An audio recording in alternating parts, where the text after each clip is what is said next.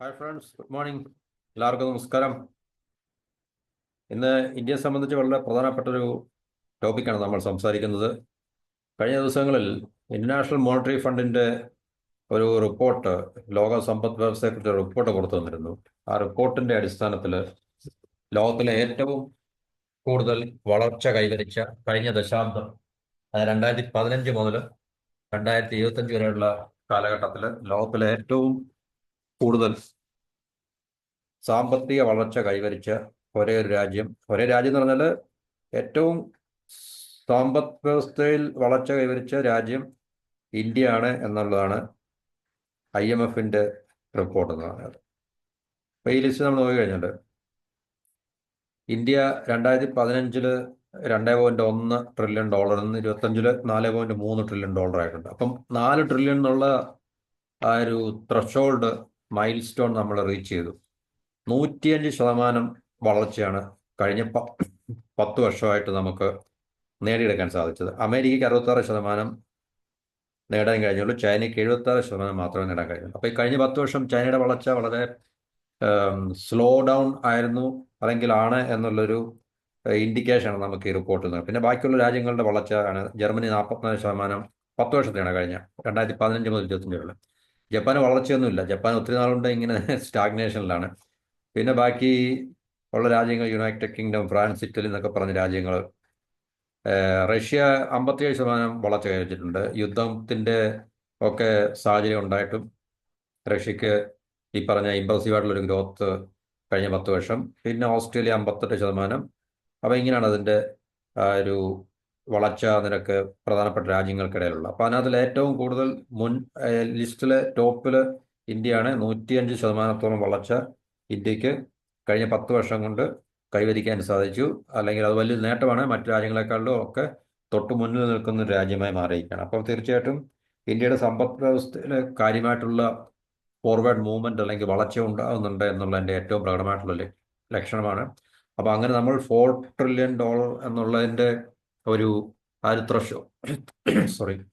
ആ ത്രഷോൾഡ് നമ്മൾ ബ്രേക്ക് ചെയ്തു. അങ്ങനെ ലോകത്തിലെ 5ാമത്തെ ഏറ്റവും വലിയ എക്കോണമിയായിട്ട് നമ്മളിപ്പോൾ നിലനിൽക്കുകയാണ്. അപ്പോൾ ഈ 2025 തന്നെ നമുക്ക് ജപ്പാനെ ഓവർകം ചെയ്യാനോ അല്ലെങ്കിൽ സർപ്പാസ് ചെയ്യാനോ സാധിക്കും എന്നുള്ളതാണ് IMFന്റെ റിപ്പോർട്ട് അനുസരിച്ച് പറയുന്നത്. ജപ്പാന്റെ എക്കോണമി ഇപ്പോൾ ഏകദേശം $4.4 ട്രില്യൺ, ഇന്ത്യയുടെ ഇപ്പം $4.3 ട്രില്യൺ. ഇത് IMFന്റെ ഡാറ്റാ ബേസ് അനുസരിച്ചാണ് കേട്ടോ, കൃത്യമായിട്ട്. കാരണം അവർ ലോകത്തിലെ എല്ലാ എക്കോണമിയെയും അവർ ക്ലോസ് ആയിട്ട് മോണിറ്റർ ചെയ്യുകയും പൂർണ്ണമായിട്ടുള്ള കോംപ്രിഹെൻസീവ് ആയിട്ടുള്ള ഡാറ്റ കളക്ട് ചെയ്യുകയും അല്ലെങ്കിൽ പഠനങ്ങളും റിപ്പോർട്ടുകളൊക്കെ ഉണ്ട് എല്ലാ കാലഘട്ടത്തിലും എല്ലാ സമയത്തും. അപ്പോൾ അവരുടെ റിപ്പോർട്ട് അനുസരിച്ചാണിത്. പിന്നെ IMFന്റെ ഉണ്ട്, വേൾഡ് ബാങ്കിന്റെ ഉണ്ട്, UN ഉണ്ട്, അങ്ങനെ പല പ്രൈവറ്റ് റിസർച്ച് ഇൻസ്റ്റിറ്റ്യൂഷൻസിൻ്റെ ഉണ്ട്, ബാങ്ക്സിന്റെ ഉണ്ട്, എല്ലാം വരുമല്ലോ തീർച്ചയായിട്ടും അതിൽ. അതിനകത്തിലൊക്കെ അല്പസ്വല്പം വ്യത്യാസങ്ങളൊക്കെ വരും. ഇപ്പം IMF 4.3 ട്രില്യൺ എന്ന് പറയുമ്പോൾ ചിലപ്പം വേൾഡ് ബാങ്കിന്റെ ചിലപ്പോൾ $4.25 ട്രില്യൺ എന്നൊക്കെ ആയിരിക്കും അവരുടെ കണക്കാക്കുന്നത്. എന്നാലും മോറോളസ് എല്ലാം ഏകദേശമൊക്കെ സെയിം ആയിരിക്കും. പക്ഷെ IMF ആണ് നമുക്ക് ക്രെഡിബിൾ ആയിട്ടുള്ള ഇൻസ്റ്റിറ്റ്യൂഷൻ. IMF ആയതുകൊണ്ട് IMFന്റെ റിപ്പോർട്ടിനെ നമുക്ക് തീർച്ചയായിട്ടും റിലേ ചെയ്യാൻ പറ്റുന്നത്. അപ്പം $4.3 ട്രില്യൺ ഇപ്പോഴത്തെ ഇന്ത്യൻ എക്കോണമിയുടെ കണ്ടീഷൻ എന്ന് പറയുന്നത്. ലോകത്തിലെ 5th ലാർജസ്റ്റ് എക്കോണമിയാണ്. 1ാമത്തെ അമേരിക്ക, 2ാമത്തെ ചൈന, 3ാമത് ജർമ്മനി, 4ാമത് ജപ്പാൻ, 5ാമത് ഇപ്പോൾ ഇന്ത്യയാണ്. അപ്പോൾ ഈ വർഷം തന്നെ 2025 തന്നെ വളരെ അടുത്ത സമയത്ത് തന്നെ ഇന്ത്യക്ക് ജപ്പാനെ മറികടക്കാൻ സാധിക്കും. കാരണം ജപ്പാന് പ്രത്യേകിച്ച് സാമ്പത്തികമായിട്ടുള്ള വളർച്ചയൊന്നും ഇല്ല. അതുകൊണ്ട് വളരെ കുറച്ച് മാസങ്ങൾക്കുള്ളിൽ തന്നെ, കാരണം ഇന്ത്യയും ജപ്പാനും തമ്മിലുള്ള വ്യത്യാസം ഇപ്പോൾ ഏകദേശം $100 ബില്യൺ വ്യത്യാസം മാത്രമേ ഉള്ളൂ. എന്നുവെച്ചാൽ ജപ്പാന്റെ 4.4 ട്രില്യൺ, ഈ 0.4 എന്ന് പറയുമ്പോൾ 400 ബില്യൺ ആയിരിക്കണം. ഇന്ത്യയുടെ 4.3 എന്ന് പറയുമ്പോൾ 300 ബില്യൺ ആയി. അപ്പോൾ 100 ബില്യന്റെ വ്യത്യാസങ്ങൾ മാത്രമേ ഉള്ളൂ ഇന്ത്യയും ജപ്പാനും തമ്മിൽ. അപ്പോൾ അത് വളരെ അടുത്ത സമയത്ത് തന്നെ, കാലഘട്ടത്തിൽ തന്നെ, ഈ 2025 തന്നെ അതിനെ നമുക്ക് സർപ്പാസ് ചെയ്തിട്ട് നമുക്ക് ലോകത്തിലെ നാലാമത്തെ അല്ലല്ലോ, അത് തന്നെ നാലാമത്തെ വലിയ ലാർജസ്റ്റ് എക്കോണമിയായി മാറാൻ സാധിക്കുമെന്നാണ് റിപ്പോർട്ട് പറയുന്നത്.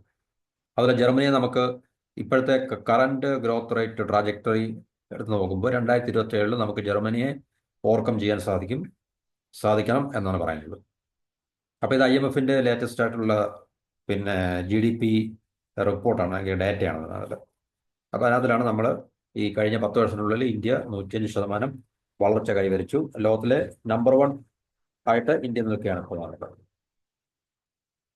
അപ്പോൾ ഈ ഒരു ഗ്രോത്ത് ഇന്ത്യക്ക് പിന്നെ അമേരിക്കയെക്കാളിലും ചൈനയെക്കാളിലും ഒക്കെ മുന്നിൽ ഗ്രോത്ത് അച്ചീവ് ചെയ്യാൻ സാധിച്ചത് വളരെ നമ്മളെ സംബന്ധിച്ച് ശ്രദ്ധേയമായിട്ടുള്ള, അല്ലെങ്കിൽ നമുക്കൊരു എന്താണ് പറയുന്നത്, ഒരു കോൺഫിഡൻസ് അല്ലെങ്കിൽ കോൺഫിഡൻസ് ഒക്കെ ഉണ്ടാക്കുന്ന, അപ്പം അതിൻ്റെ ഒരു ചെറിയ ഹിസ്റ്ററി അല്ലെങ്കിൽ കാര്യങ്ങളാണ് നമ്മളത് പറയുന്നത്. അപ്പം അമേരിക്കയ്ക്ക് 66% ഗ്രോത്ത് അച്ചീവ് ചെയ്യാൻ സാധിച്ചുള്ളൂ, ചൈനയ്ക്ക് 76%.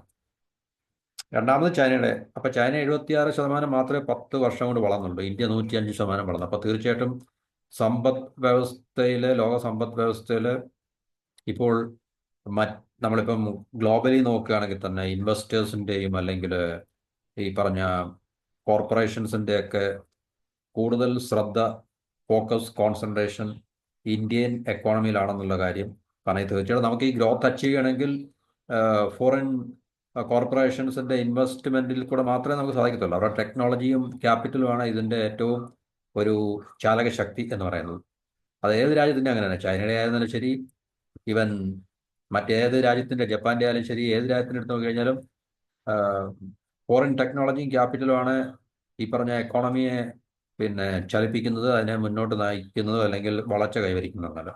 അപ്പോൾ ഈ 10 വർഷം കൊണ്ട് നമ്മൾ നേടിയെടുത്ത വളർച്ച 105 ഏറ്റവും ടോപ്പിൽ നിൽക്കുന്നു എന്നതിൻ്റെ അർത്ഥം തീർച്ചയായിട്ടും ഗ്ലോബൽ കോർപ്പറേഷൻസിൻ്റെ പിന്നെ കോൺസെൻട്രേഷൻ, ഫോക്കസ് ഇന്ത്യൻ എക്കോണമിയിലാണ് ചൈനയെക്കാളിലും കൂടുതൽ, അല്ലെങ്കിൽ മറ്റ് രാജ്യങ്ങളെക്കാളും കൂടുതലെന്ന് നമുക്ക് ഇതിൽ നിന്ന് മനസ്സിലാക്കാൻ സാധിക്കും.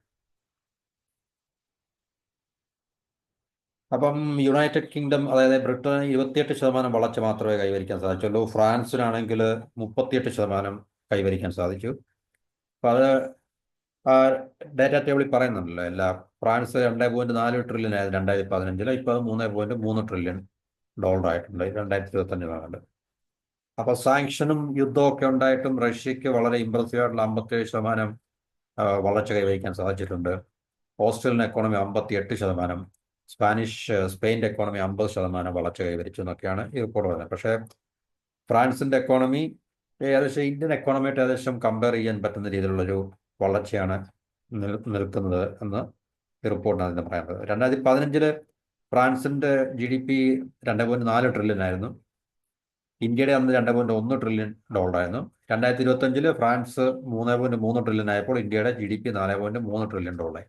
അങ്ങനെ ഫ്രാൻസിനെ ആദ്യം നമ്മൾ UK മറികടന്നു, പിന്നെ ഫ്രാൻസിനെ മറികടന്ന് ആണ് നമ്മളിപ്പോൾ 5ാമത്തെ സ്ലോട്ടിൽ, അല്ലെങ്കിൽ 5ാമത്തെ സ്ഥാനത്തെ പൊസിഷനിൽ നമ്മൾ നിൽക്കുന്നത്. അപ്പം ഫ്രാൻസിനേക്കാളും 30% നമ്മുടെ എക്കോണമിക്ക് പിന്നെ സൈസ് ഉണ്ട്. അതുപോലെ UK GDP 2015 2.9 ട്രില്യൺ ആയിരുന്നു. അത് അന്നേരം ഇന്ത്യക്കാളുടെ മുമ്പിലായിരുന്നു. പക്ഷേ 2025 ആയപ്പോഴത്തേക്ക് UK 3.7 ട്രില്യൺ ഡോളറും ഇന്ത്യ ഇപ്പോൾ 4.3 ട്രില്യൺ ഡോളർ. ഇപ്പം UKയും ഫ്രാൻസും ഇന്ത്യക്ക് പുറകിലാണ് സമ്പദ് വളർച്ചയുടെ കാര്യത്തിലോ അല്ലെങ്കിൽ GDPയുടെ കാര്യത്തിലോ. ഒരു ദശാബ്ദത്തിന് മുമ്പ് ഇന്ത്യ 7ാമത്തെ ഏറ്റവും വലിയ എക്കോണമി ആയിരുന്നു. ഇപ്പോൾ ഇന്ത്യ 5ാമത്തെ വലിയ എക്കോണമിയെ മാറിയിട്ടുണ്ട്. ഫ്രാൻസിനെയും UKയെയും കഴിഞ്ഞ ഒരു 10 വർഷം കൊണ്ട് നമ്മൾ ഓവർകം ചെയ്തു എന്നുള്ള ഒരു ശ്രദ്ധേയമായിട്ടുള്ള കാര്യമുണ്ട്. അപ്പോൾ 2027 ആകുമ്പോഴത്തേക്ക് ഇന്ത്യ ലോകത്തിലെ 3ാമത്തെ വലിയ സാമ്പത്തിക ശക്തിയായി മാറും എന്നും പറയുന്നുണ്ട്. ഇപ്പോഴത്തെ ഗ്രോത്ത് റേറ്റ് മുന്നോട്ട് നമുക്ക് മെയിൻറ്റെയിൻ ചെയ്ത് കൊണ്ടുപോകാൻ സാധിക്കുമെങ്കിൽ ഈ 4.3 ട്രില്യൺ ഡോളർ എന്നുള്ളത് ഇപ്പം ജപ്പാൻ്റെ തൊട്ടുപുറകിലാണ്. അപ്പോൾ ജപ്പാനെ നമുക്ക് തീർച്ചയായിട്ടും ഈ വർഷം തന്നെ മറികടക്കാൻ സാധിക്കും. ജപ്പാൻ്റെ എക്കോണമി കഴിഞ്ഞ ഒരു ദശാബ്ദ കാലത്തോളം സ്റ്റാഗ്നൻ്റ് ആണ്. കാരണം ഒരു പിന്നെ മൂവ്മെൻറ്റും ഇല്ല, മുമ്പോട്ടും ഇല്ല, പുറമോട്ടും ഇല്ല. കാരണം കഴിഞ്ഞ 10 വർഷമായിട്ട് യാതൊരു വളർച്ചയില്ലെന്ന് പറയുമ്പം ആലോചിച്ച് നോക്കിയോ, ഒരു എക്കോണമിക്ക് അങ്ങനെയുള്ളൊരു ദുരവസ്ഥ ഉണ്ടാകത്തില്ല തീർച്ചയായും. അപ്പം ഈ കഴിഞ്ഞ 10 വർഷത്തിനുള്ളിൽ ഇന്ത്യയുടെ എക്കോണമി ഡബിൾഡ് ആയപ്പോൾ ജപ്പാൻ്റെ 2015 4.4 ട്രില്യൺ ഡോളറായിരുന്നു, ഇപ്പോഴും 4.4 ട്രില്യൺ ഡോളർ. അതെന്ത് മിറക്കിളാണെന്ന് നമുക്കറിയത്തില്ല. ഒരു മൂവ്മെൻറ്റും ഇല്ലാതെ ഒരു എക്കോണമി നിൽക്കുക എന്ന് പറഞ്ഞു കഴിഞ്ഞാൽ അത് വലിയൊരു അതിശയം തന്നെയാണ്. അപ്പം നമുക്ക് ഈ 6.5% ഗ്രോത്ത് 2025 ഉണ്ടാകുമെന്ന് പറയുന്നത് എക്സ്പെക്ട് ചെയ്യുന്നുണ്ട്. അപ്പോൾ അങ്ങനെയാണെങ്കിൽ നമുക്ക് തീർച്ചയായിട്ടും ഈ ജപ്പാനെ ഈ വർഷം തന്നെ വരുന്ന കുറേ മാസങ്ങൾക്കുള്ളിൽ തന്നെ നമുക്ക് ഓവർകം ചെയ്യാൻ സാധിക്കും. ഏകദേശം 100 ബില്യൺ ഡോളറിൻ്റെ വ്യത്യാസം മാത്രമേ ഉള്ളൂ ഇന്ത്യയും ജപ്പാനും തമ്മിൽ. അപ്പോൾ അങ്ങനെ നമുക്ക് ജപ്പാനെ മറികടന്നാൽ 4ാമത്തെ വലിയ സാമ്പത്തിക ശക്തിയായി മാറാൻ സാധിക്കും. അത് കഴിഞ്ഞ് നമ്മുടെ മുമ്പിലുള്ളത് ജർമ്മനിയാണ്. അപ്പം ജർമ്മനിയെ നമുക്ക് ഓവർകം ചെയ്യണമെങ്കിൽ ഏകദേശം 2027ഓളം, 2027 മാത്രമേ നമുക്കതിന് സാധ്യമാകത്തുള്ളൂ. അത് പ്രൊവൈഡഡ് ഇപ്പം ഇന്ത്യയും ജർമ്മനിയും നേരിട്ടുകൊണ്ടിരിക്കുന്ന ആ ഒരു ഗ്രോത്ത് റേറ്റ് ഇതുപോലെ തന്നെ മുമ്പോട്ട് പോവുകയാണെങ്കിൽ. ജർമ്മനിയുടെ ഇപ്പോഴത്തെ അവസ്ഥ എന്ന് പറഞ്ഞാൽ 2025 $4.9 ട്രില്യൺ. അപ്പോൾ ഈ രണ്ട് രാജ്യങ്ങളുടെയും ഇപ്പോഴത്തെ ഗ്രോത്ത് ട്രാജക്ടറി അല്ലെങ്കിൽ ആ ഒരു ട്രെൻഡ് തുടർന്ന് പോവുകയാണെങ്കിൽ ഇന്ത്യക്ക് ജർമ്മനിയെ 2027 ഓവർകം ചെയ്ത് അല്ലെങ്കിൽ മറികടന്നിട്ട് മൂന്നാമത്തെ ഏറ്റവും വലിയ എക്കോണമിയായി മാറാൻ സാധിക്കും. അത് കഴിഞ്ഞാണ് നമ്മളുടെ ശരിക്കുമുള്ള ചലഞ്ച് എന്ന് പറഞ്ഞു കഴിഞ്ഞാൽ. അത് നേരത്തെയുള്ള വീഡിയോകളൊക്കെ ഞാൻ പറഞ്ഞാണ്, ഇത്ര എളുപ്പമാണ് നമുക്ക്. അത് കഴിഞ്ഞ് നമ്മുടെ മുമ്പിൽ രണ്ട് ജയൻസ് ആണുള്ളത്, രണ്ട് രാക്ഷസന്മാർ, രണ്ട് വമ്പന്മാർ. ഒന്ന് ചൈന, അതിന് മുമ്പായിട്ട് അമേരിക്ക. കാരണം ഇന്ത്യ മൂന്നാമത്തെ വലിയ സാമ്പത്തിക ശക്തിയായി മാറിക്കഴിഞ്ഞാലും ഇന്ത്യക്ക് തൊട്ട് മുമ്പിൽ ചൈനയാണ്. പക്ഷേ ചൈന ഇന്ത്യയും തമ്മിലുള്ള GDP എന്ന് പറഞ്ഞാൽ ഭയങ്കര അന്തരമാണ്. ഇപ്പോൾ ഇന്ത്യ ഒരു $5 ട്രില്യൺ ആയെന്ന് പറഞ്ഞു കഴിഞ്ഞാൽ ശരി, ചൈനയുടെ ഇപ്പോഴത്തെ ഏകദേശം 19-20 ട്രില്യൺ ഉണ്ട്. അപ്പോൾ അതിൻ്റെ പകുതി പോലും നമുക്ക് എത്തുവാൻ, ഇപ്പോൾ $20 ട്രില്യൺ പകുതി $10 ട്രില്യൺ. അപ്പോൾ $10 ട്രില്യൺ നമ്മൾ എത്തുക എന്ന് പറഞ്ഞു കഴിഞ്ഞാൽ പകുതി. അപ്പോഴത്തേക്ക് ചൈന വീണ്ടും മുമ്പോട്ട് പോകുന്നതോറും അവരുടെ വളർച്ച, GDP വളർച്ച ഉണ്ടാകുമല്ലോ. അപ്പോൾ ഇന്ത്യയുടെ ഇംപ്രസീവ് ഗ്രോത്ത് ഒക്കെ ആണെങ്കിൽ തന്നെയും പിന്നെ 2015 ഇപ്പോഴും നമ്മൾ ചൈനയിലെക്കാളിലൊക്കെ ഒത്തിരി പുറകിലാണല്ലോ. തീർച്ചയായും 2015 ചൈനയുടെ എക്കോണമി $11.1 ട്രില്യൺ ആയിരുന്നു. ഇന്ത്യയുടെ ഇപ്പം $4.3 ട്രില്യൺ ആയിട്ടുള്ളൂ. സോറി, 2015 $11.1 ട്രില്യൺ ആയിരുന്നു ചൈനയുടെ. അന്ന് നമുക്ക് ഏതാണ്ട് 2 ട്രില്യൺ മാത്രമായിരുന്നു. അന്നേരവും ഇപ്പോഴും എല്ലാം തന്നെ ചൈനയും നമ്മളും തമ്മിൽ ഏകദേശം 5 മടങ്ങിൻ്റെ വ്യത്യാസമുണ്ട്. 2025 $19.5 ട്രില്യൺ ആണ് ചൈനയുടെ എക്കോണമി. ഇന്ത്യയുടെ $4.3 ട്രില്യൺ, ഏകദേശം 4.5 മടങ്ങ് നമ്മളെക്കാളിൽ അവരുടെ സമ്പദ് വ്യവസ്ഥയ്ക്ക് വലിപ്പമുണ്ട് എന്നുള്ള ഒരു യാഥാർത്ഥ്യം നമ്മൾ മനസ്സിലാക്കണം. അപ്പോൾ ഇതാണ് നമ്മൾ നേരത്തെ കാണിച്ച റിപ്പോർട്ട് എന്ന് പറയുന്നത്, അല്ലെങ്കിൽ ടേബിൾ. ഇപ്പം 2015 ചൈനയുടെ $11.1 ട്രില്യൺ ആയിരുന്നു, ഇന്ത്യയുടെ $2.1 ട്രില്യൺ ആയിരുന്നു. ഏകദേശം 5 മടങ്ങിന് മുകളിലോളം ഒന്ന് വലിപ്പം ഉണ്ടായിരുന്നു. പക്ഷേ ഇപ്പം 4.5, 4.5 ടൈംസ്, 4.5 മടങ്ങ് മാത്രമേ ഉള്ളൂ. പക്ഷേ 10 വർഷമായിട്ട് വളർച്ച കൈവരിച്ചത് ഇന്ത്യയാണ് എന്നുള്ളതാണ് അതിൽ ശ്രദ്ധിക്കപ്പെടേണ്ട കാര്യം. അപ്പോൾ കഴിഞ്ഞ 10 വർഷം ചൈനയുടെ എക്കോണമി സ്ലോ ഡൗൺ ചെയ്തു എന്നുള്ളതിൻ്റെ ഏറ്റവും വലിയൊരു ഇൻഡിക്കേഷനാണ്. കാരണം 105% ഇന്ത്യക്ക് വളർച്ച കൈവരിക്കാൻ സാധിച്ചപ്പോൾ ചൈനയ്ക്ക് 77% മാത്രമേ വളർച്ച കൈവരിക്കാൻ സാധിച്ചുള്ളൂ. ഇപ്പോഴും ലോകത്തിലെ നമ്പർ 1 എക്കോണമി US ആണ്. അപ്പോൾ അത് മുന്നോട്ട് കുറേ കാലം അങ്ങനെ തന്നെ ആയിരിക്കും എന്നുള്ളതിൽ സംശയങ്ങളൊന്നുമില്ല. കാരണം ഇപ്പോൾ ഏകദേശം $30.3 ട്രില്യൺ ആണ് US എക്കോണമി GDP എന്ന് പറഞ്ഞാൽ ചൈനയെക്കാളിലും 1.5 മടങ്ങ് വലിപ്പമുണ്ട്. പക്ഷേ ചൈനയുടെ എക്കോണമി സ്ലോ ഡൗൺ ചെയ്തുകൊണ്ടിരിക്കുകയാണ്. പക്ഷേ അമേരിക്കൻ എക്കോണമി ഇംപ്രസീവ് ആയിട്ടുള്ള അല്ലെങ്കിൽ മെച്ചപ്പെട്ട വളർച്ച കൈവരിക്കുന്നതുകൊണ്ട് ഇനിയും വരുന്ന കുറേ കാലം അമേരിക്ക തന്നെ ആയിരിക്കും ലോകത്തിലെ നമ്പർ 1 എക്കോണമിയായിട്ട് തുടരുന്നത് എന്നുള്ളതാണ് റിപ്പോർട്ടുകളിൽ നിന്ന് നമുക്ക് മനസ്സിലാക്കാൻ സാധിക്കുന്നത്. അപ്പം ഇന്ത്യയുടെ ഹിസ്റ്ററി എന്ന് പറഞ്ഞു കഴിഞ്ഞാൽ, ഇന്ത്യ സ്വാതന്ത്ര്യമായ സമയം നമ്മൾ എടുത്തു നോക്കിക്കഴിഞ്ഞാൽ, സ്വാതന്ത്ര്യം കിട്ടിയ സമയം മുതലെന്ന് പറഞ്ഞു കഴിഞ്ഞാൽ അന്നേരം നമ്മുടെ GDP എന്തായിരുന്നു, ആ GDP-യിൽ നിന്ന് നമ്മൾ $1 ട്രില്യൺ ആകാൻ 60 വർഷം എടുത്തു. ഇത് 2007 നമ്മൾ $1 ട്രില്യൺ എക്കോണമി ആയത്. 60 വർഷം കൊണ്ടാണ് നമ്മൾ $1 ട്രില്യൺ എക്കോണമി ആയത്. പക്ഷേ $1 ട്രില്യൺ നമ്മൾ 2007 അച്ചീവ് ചെയ്ത്. പക്ഷേ അടുത്ത 7 വർഷം കൊണ്ട് നമ്മൾ അടുത്ത $1 ട്രില്യൺ ആഡ് ചെയ്തു. എന്ന് പറഞ്ഞാൽ ഈ 60 വർഷം കൊണ്ട് നമ്മൾ നേടിയത് അടുത്ത 7 വർഷം കൊണ്ട് നമ്മൾ നേടി. 60 വർഷത്തെ നമ്മളുടെ എക്കോണമിയുടെ അവസ്ഥ അത് അടുത്ത 7 വർഷം കൊണ്ട് അത് നമ്മൾ നേടി എന്നുള്ളതാണ്. എന്നാൽ $2 ട്രില്യൺ നമ്മൾ 2014 നമ്മൾ എത്തി. 2007 $1 ട്രില്യൺ എക്കോണമി ആണ്. 2014 ആയപ്പോഴത്തേക്ക് നമ്മൾ $2 ട്രില്യൺ എക്കോണമിയായി. പിന്നെ അടുത്തൊരു 7 വർഷം, 14 മുതൽ 7, ഏകദേശം 7 ആയപ്പോഴത്തേക്ക് നമ്മൾ $3 ട്രില്യൺ എക്കോണമിയായി. അടുത്ത 7 വർഷം കൊണ്ട് നമ്മൾ ഈ പറഞ്ഞ 2021 $3 ട്രില്യൺ എക്കോണമിയായി. അപ്പോൾ കോവിഡിൻ്റെ ഒക്കെ കാലം വന്നുകൊണ്ട് നമുക്കത് അല്പം സ്ലോ ഡൗണോ അല്ലെങ്കിൽ കുറേ കുറവൊക്കെ ഉണ്ട്. അല്ലെങ്കിൽ നമുക്ക് ആ ടാർഗറ്റ് അതിനേക്കാളും മുമ്പ് നമുക്ക് അച്ചീവ് ചെയ്യാൻ സാധിക്കുമായിരുന്നു. അപ്പോൾ 2021 നമ്മൾ 3 ഇപ്പം 2025 21, 4, 25 4 വർഷം കൊണ്ട് നമുക്ക് $1 ട്രില്യൺ ആഡ് ചെയ്യാൻ സാധിച്ചു. അപ്പോൾ തീർച്ചയായിട്ടും ഇന്ത്യൻ സമ്പദ് വ്യവസ്ഥയിൽ ഫാസ്റ്റായിട്ടുള്ള വളർച്ച ഉണ്ടാകുന്നുണ്ട്. പിന്നെ ഇതിൻ്റെ മറുപുറമൊക്കെ നമുക്ക്, കാരണം ഇതൊക്കെ പോസിറ്റീവായിട്ടുള്ളൊരു സൈഡാണ്. നമുക്ക് ഇതിൻ്റെ മറുപുറമുണ്ട്. കാരണം ഇതുകൊണ്ട് പൊതുജനങ്ങളുടെ പിന്നെ ജീവിത നിലവാരത്തിൽ മാറ്റം ഉണ്ടാകുന്നുണ്ടോ, അല്ലെങ്കിൽ സാധാരണക്കാരന്റെ ജനങ്ങൾക്ക് എന്താണ് പറയണമെന്നൊക്കെ ഉള്ള അങ്ങനെയുള്ള ചോദ്യങ്ങളൊക്കെ നമുക്ക് ശരിക്കും ഇതിലൂടെ ക്ലബ് ചെയ്യാൻ സാധിക്കും. ഇപ്പൊ നമ്മുടെ എക്കോണമിയുടെ ഒരു ഫാക്ട് എന്ന് മാത്രമേ പറയുന്നത്, ചില ഡേറ്റയെ ബേസ് ചെയ്തിട്ടുള്ള ഫാക്ച്വൽ ആയിട്ടുള്ള ചില കാര്യങ്ങൾ മാത്രമേ പറയുന്നത്. അപ്പൊ ഈ 2021 മുതൽ 4 വർഷം കൊണ്ട് നമ്മൾ $1 ട്രില്യൺ എക്കോണമിയായിട്ട് ഇപ്പോൾ $4.2 ട്രില്യൺ എക്കോണമിയാണ്. അപ്പൊ ഇങ്ങനെ നമുക്ക് ഫാസ്റ്റായിട്ട് നമ്മുടെ GDP ആഡ് ചെയ്യാൻ സാധിച്ചു കഴിഞ്ഞാൽ നമുക്ക് തീർച്ചയായിട്ടും പെട്ടെന്ന് തന്നെ മുന്നോട്ടുള്ള വളർച്ചയിൽ അത് കാര്യമായിട്ടുള്ള മാറ്റങ്ങൾ ഉണ്ടാക്കിയെടുക്കാൻ സാധിക്കും. ഇപ്പൊ ഇന്ത്യയുടെ ഇപ്പോഴത്തെ കറണ്ട് അല്ലെങ്കിൽ ഗ്രോത്ത് റേറ്റ് നമ്മൾ പരിശോധിക്കുകയാണെങ്കിൽ, ഇങ്ങനെ തന്നെ പോവുകയാണെങ്കിൽ ഇപ്പൊ അയാളുടെ 6.5%, അത് വളരെ കുറവാണെന്ന് നേരത്തെ ഞാൻ പറഞ്ഞായിരുന്നു നേരത്തെയുള്ള വീഡിയോയിൽ. അത് നമുക്ക് സഫീഷ്യൻ്റ് അല്ല. പക്ഷേ ഈ 6.5 ഇപ്പോൾ ലോകത്തിലെ അത്യാവശ്യം ടോപ്പിൽ നിൽക്കുന്ന വളർച്ചാ നിരക്കുള്ള രാജ്യം ഇന്ത്യ തന്നെയാണ്. അപ്പോൾ അത് നമ്മൾ തുടർച്ചയോടുകൂടി കോൺസിസ്റ്റൻ്റ് ആയിട്ട് തന്നെ നമുക്ക് മുന്നോട്ട് കൊണ്ടുപോകാൻ സാധിക്കും. എങ്കിൽ 2032 ആകുമ്പോഴത്തേക്ക് നമുക്ക് $10 ട്രില്യൺ എക്കോണമി ആകാൻ സാധിക്കുന്നതാണ് പ്രതീക്ഷ.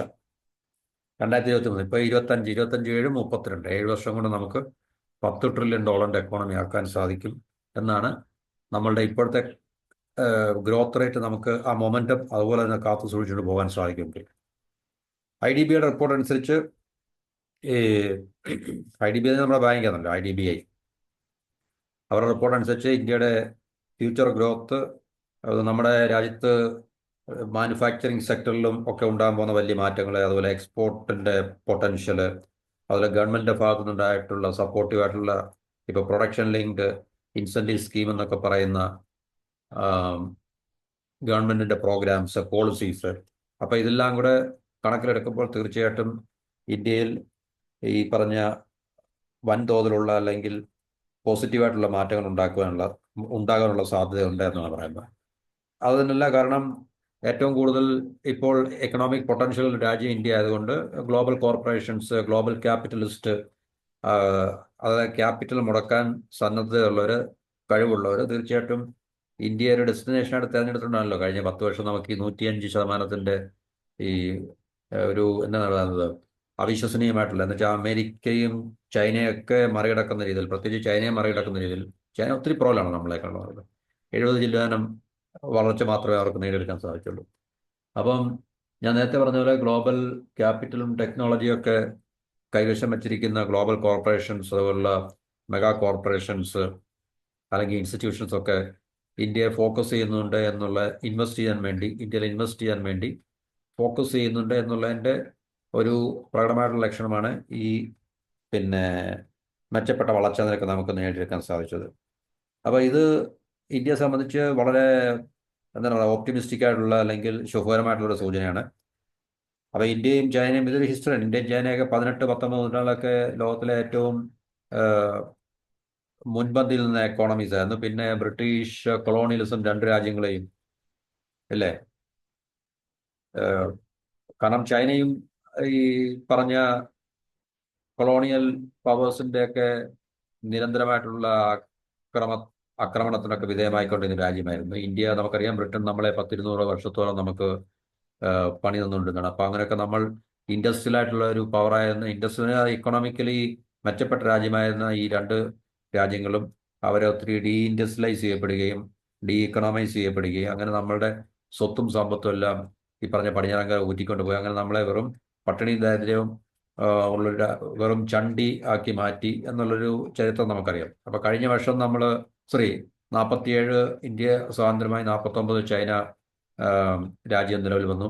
അങ്ങനെ 10-70 വർഷങ്ങളായിട്ട് നമ്മളിപ്പോൾ കൊളോണിയലിസത്തിന്റെ ആ ഒരു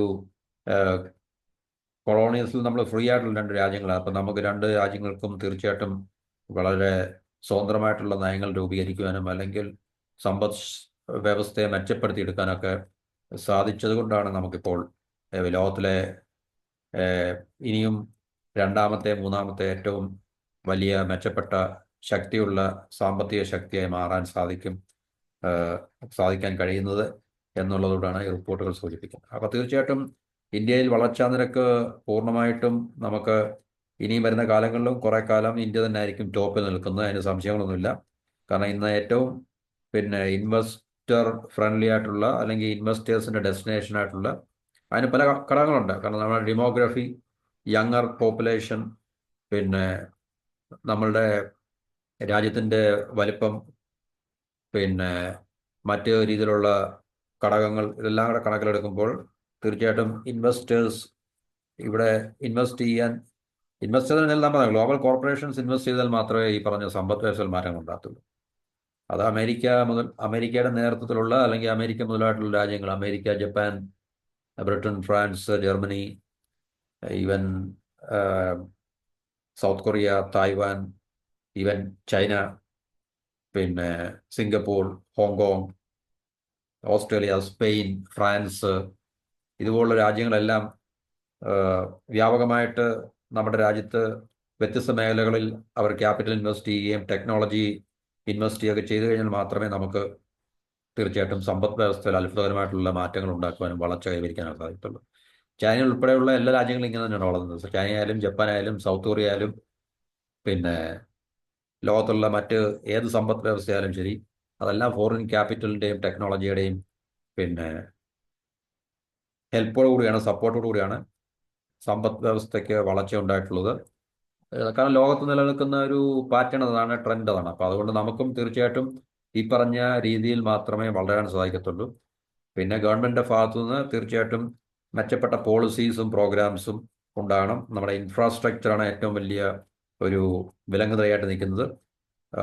പിന്നെ പല നിയമങ്ങളും ഇപ്പോൾ നമ്മുടെ രാജ്യത്ത് സമ്പദ് വ്യവസ്ഥയുടെ വളർച്ചയ്ക്ക് വിഘാതമായി നിൽക്കുന്നുണ്ട്. അപ്പോൾ ആ നിയമങ്ങളെല്ലാം ഗ്രാജ്വലി എടുത്ത് മാറ്റുകയും പുതിയ കാലത്തിനനുസൃതമായിട്ടുള്ള നിയമങ്ങൾ ഉണ്ടാക്കുകയും പിന്നെ ഇൻഫ്രാസ്ട്രക്ചറിൻ്റെ മാസീവായിട്ടുള്ള പഴയ ലൊട്ടൊടുക്ക് സാധനങ്ങളെല്ലാം എടുത്ത് മാറ്റിയിട്ട് പുതിയ മോഡേണായിട്ടുള്ള ഇൻഫ്രാസ്ട്രക്ചർ ഫെസിലിറ്റിയൊക്കെ ഉണ്ടാക്കുകയും കറസ്പോണ്ടിങ് ആയിട്ട് തീർച്ചയായിട്ടും ചെയ്തു കഴിഞ്ഞാൽ ഇന്ത്യയിൽ സമ്പദ് വ്യവസ്ഥയുടെ വളർച്ചയിൽ വലിയ മാറ്റങ്ങൾ ഉണ്ടാകും. ഇന്ത്യക്ക് തീർച്ചയായിട്ടും മുന്നോട്ടുള്ള ഒരു കുതിച്ചുചാട്ടത്തിന് അത് സഹായകരമാകും എന്നുള്ളത് യാതൊരു സംശയമില്ല. അപ്പോൾ ഇതാണ് നമ്മുടെ ഇന്ത്യൻ എക്കോണമിയെക്കുറിച്ച് പറയാനുള്ള ലേറ്റസ്റ്റ് റിപ്പോർട്ട്. ഇത് ഒരു പോസിറ്റീവായിട്ടുള്ള റിപ്പോർട്ടായിട്ട് നമുക്ക് കാണാം. തീർച്ചയായിട്ടും നമ്മുടെ ഇന്ത്യൻ എക്കോണമി വളരെ ഫാസ്റ്റ് ഫോർവേഡായിട്ട് മുമ്പോട്ട് പോകും. പക്ഷേ 6.5% ഈവൻ 7% നമുക്ക് സഫീഷ്യൻ്റ് അല്ല. പക്ഷേ അത് ഇപ്പോൾ ഒരുപക്ഷെ അങ്ങനൊരു ഗ്രോത്ത് റേറ്റ് മാത്രമേ നമുക്ക് അച്ചീവ് ചെയ്യാൻ സാധിക്കത്തുള്ളായിരിക്കും നിലനിൽക്കുന്ന നിലനിൽക്കുന്ന ആഗോള ഘടകങ്ങൾ അല്ലെങ്കിൽ കാരണങ്ങൾ നമ്മൾ കണക്കിലെടുക്കുകയാണെങ്കിൽ. എന്നാലും ഇന്ത്യൻ എക്കോണമി ഗ്രോ ചെയ്യുന്നുണ്ട്. ലോകത്തിൽ ഇപ്പോൾ ഏറ്റവും മുൻപിൽ നിൽക്കുന്ന എക്കോണമി ഇന്ത്യ തന്നെയാണ് ഗ്രോത്ത് റേറ്റിൽ. കഴിഞ്ഞ 10 വർഷം ഈ അത്ഭുതകരമായിട്ടുള്ള വളർച്ച കൈവരിച്ചു എന്നുള്ളത് മറ്റുള്ള രാജ്യങ്ങൾ നമ്മളെ തീർച്ചയായിട്ടും പരിഗണിക്കുന്നു എന്നുള്ളതിൻ്റെയും കൂടെ ഏറ്റവും ഒരു പോസിറ്റീവായിട്ടുള്ളൊരു ഇൻഡിക്കേഷനാണ്. ഇത്രയും പറഞ്ഞിട്ട് ഈ വീഡിയോ അവസാനിപ്പിക്കുന്നു. നെക്സ്റ്റ് ടോപ്പിക്കുമായി അടുത്ത വീഡിയോ കാണാം. നന്ദി, നമസ്കാരം. ചാനൽ ദയവായി സബ്സ്ക്രൈബ് ചെയ്യുക, സപ്പോർട്ട് ചെയ്യുക. And have A nice day.